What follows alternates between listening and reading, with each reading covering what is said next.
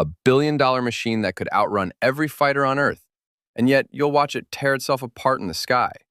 Its paint peeled off in violent streaks, its wings ripped away mid-flight, its engines destroyed in a single instant.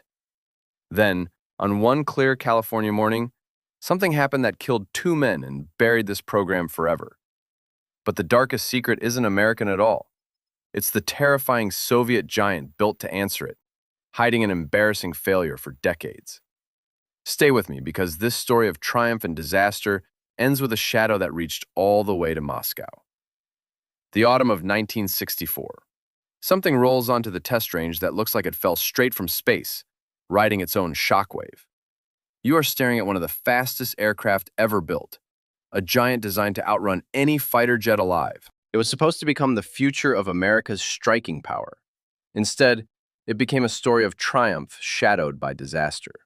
To understand why anyone would build such a mad machine, you have to travel back 10 years, to a world balanced on a knife's edge.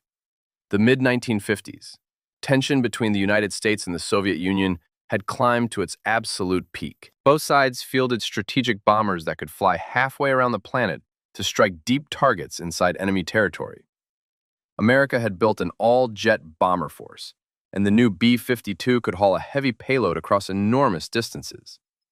Soon the B-58 would join it, a machine capable of pushing past the sound barrier at true supersonic speed. But in a real war, neither of them would survive what Soviet air defenses were preparing to throw into the sky. The B-52 could reach the Soviet Union, yet against the newest generation of interceptors, it was simply far too slow. The B-58 flew as fast as any interceptor, but its strike power, its range, and its payload were painfully limited. The military needed something impossible. A heavy bomber faster than every fighter in the world, able to outrun any attack. And in 1955, almost nobody believed such a machine could even exist, because the answers demanded something truly radical.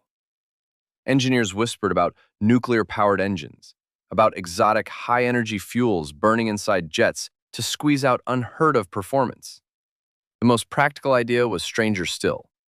Fly most of the mission slow, then sprint at the target and drop pieces of the aircraft away. The plane would shed the outer sections of its wings and fuel tanks, then dash the final distance at supersonic speed. But aviation was advancing at a blistering pace, and progress in aerodynamics and materials made those desperate compromises pointless overnight.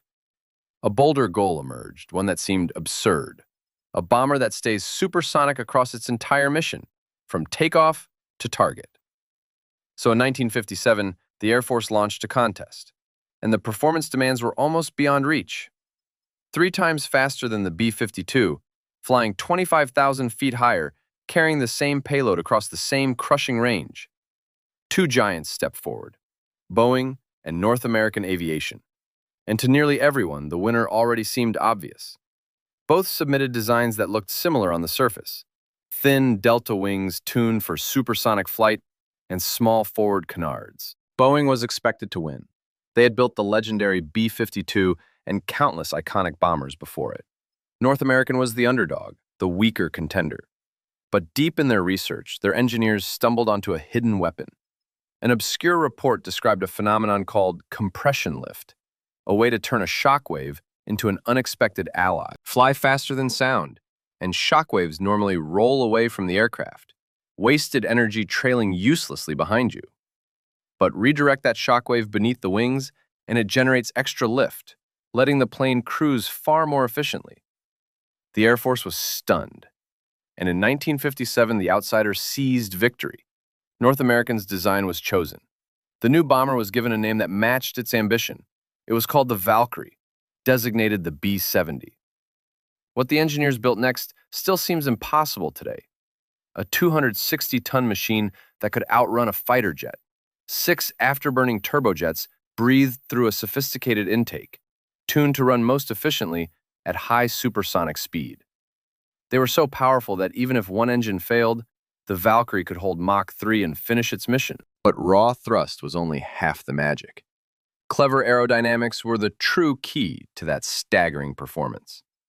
Compression lift gave the Valkyrie one of the highest lift-to-drag ratios of any crewed aircraft ever flown. The wingtips could fold, a variable geometry that boosted stability and squeezed extra compression lift out of the design. At low speed, they dropped 25 degrees. At full speed, they folded 65 degrees to grip that shockwave. Kinetic heating on the airframe grew so intense, it would soften the aluminum used in ordinary aircraft. So engineers developed a revolutionary skin and circulated fuel through the entire structure to keep the interior cool. Even at 75,000 feet, the cockpit stayed fully pressurized, protected by an innovative enclosed escape system. That meant the four-man crew skipped the bulky pressure suits, ready to launch in just 20 minutes. Within hours, the Valkyrie could deliver a payload almost anywhere on Earth.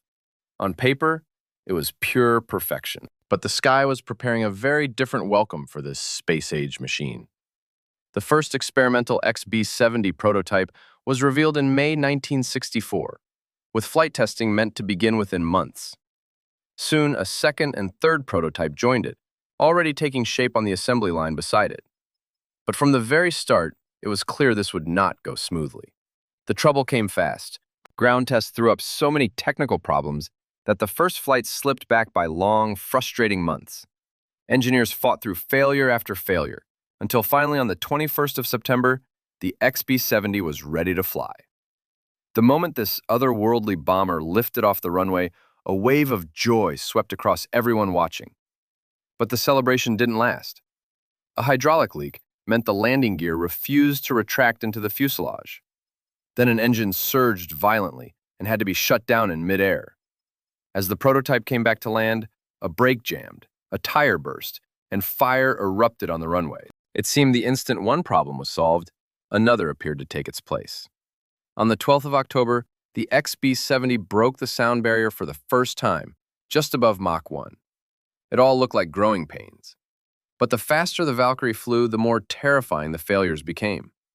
As testing pushed on, paint began peeling off the fuselage and control surfaces in violent streaks. Soon the aircraft looked as if it had been dragged through a sandblaster, stripped raw by the airflow. The paint was repaired, and the XB-70 was pushed harder. Yet every flight, the speed seemed to invite worse damage. On its 12th test flight, at Mach 2.6, a horizontal splitter tore apart in the punishing airstream. A broken piece lodged inside an engine duct, knocking out 4 engines in a single instant. The pilots landed safely, but every one of those engines had to be replaced. Finally, the aircraft was cleared to reach Mach 3. 2 minutes later, a chunk of the wing's leading edge ripped away.